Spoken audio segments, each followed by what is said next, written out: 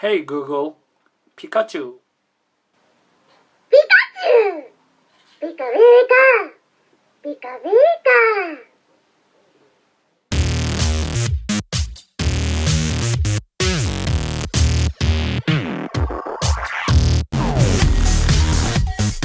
カ。はい、こちらが某100円ショップで300円で売られていた PC スピーカーになります。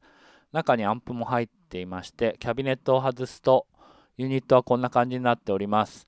マグネットも強くて結構いい音していました。こちらを今回、AI スピーカー、スマートスピーカーにしてみたいと思います。シングルボードコンピューターです。こちらはラズベリーパイが有名かと思いますけども、今回このオレンジパイというシングルボードコンピューターを同じくダイソーで、木箱を、アレンジしてエンクロージャーを作りました。すべてダイソーで手に入ります。こんな感じになってます。はい、背面をドライバーで開けまして、中からユニットを出したいと思います。そしてキャビネットを外すために配線を一度、取り外して再度つなぎ直したいと思います。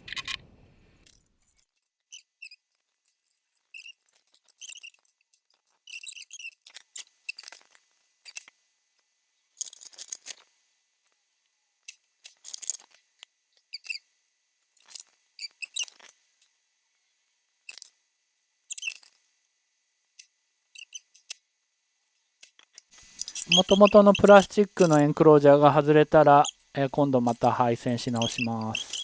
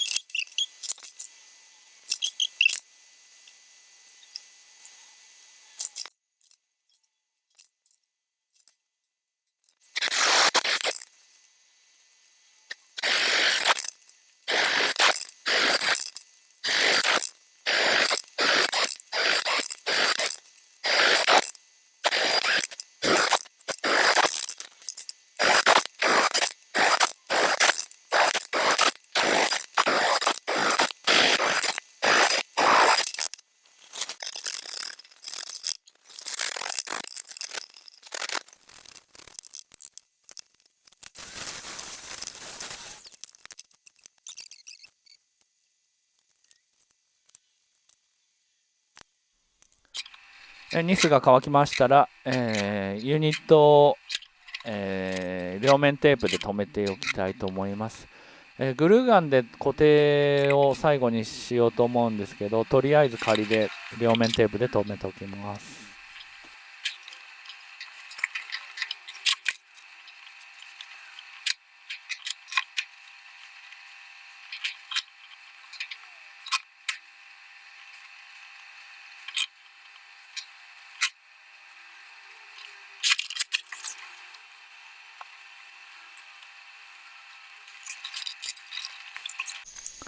そしてリレーもつけて、電源をオンオフできるようにしました。でシングルボードコンピューターは、ケースを外して、熱対策をしたいと思います。あとマイクの感度のために、外しました。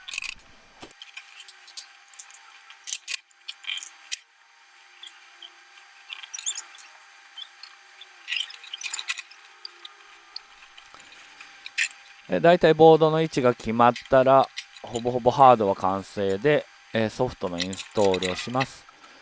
ソフトは Google アシスタント SDK と、ウェブサーバーとして、ホームアシスタントを使います。あと MQTT サーバーとかをインストールします。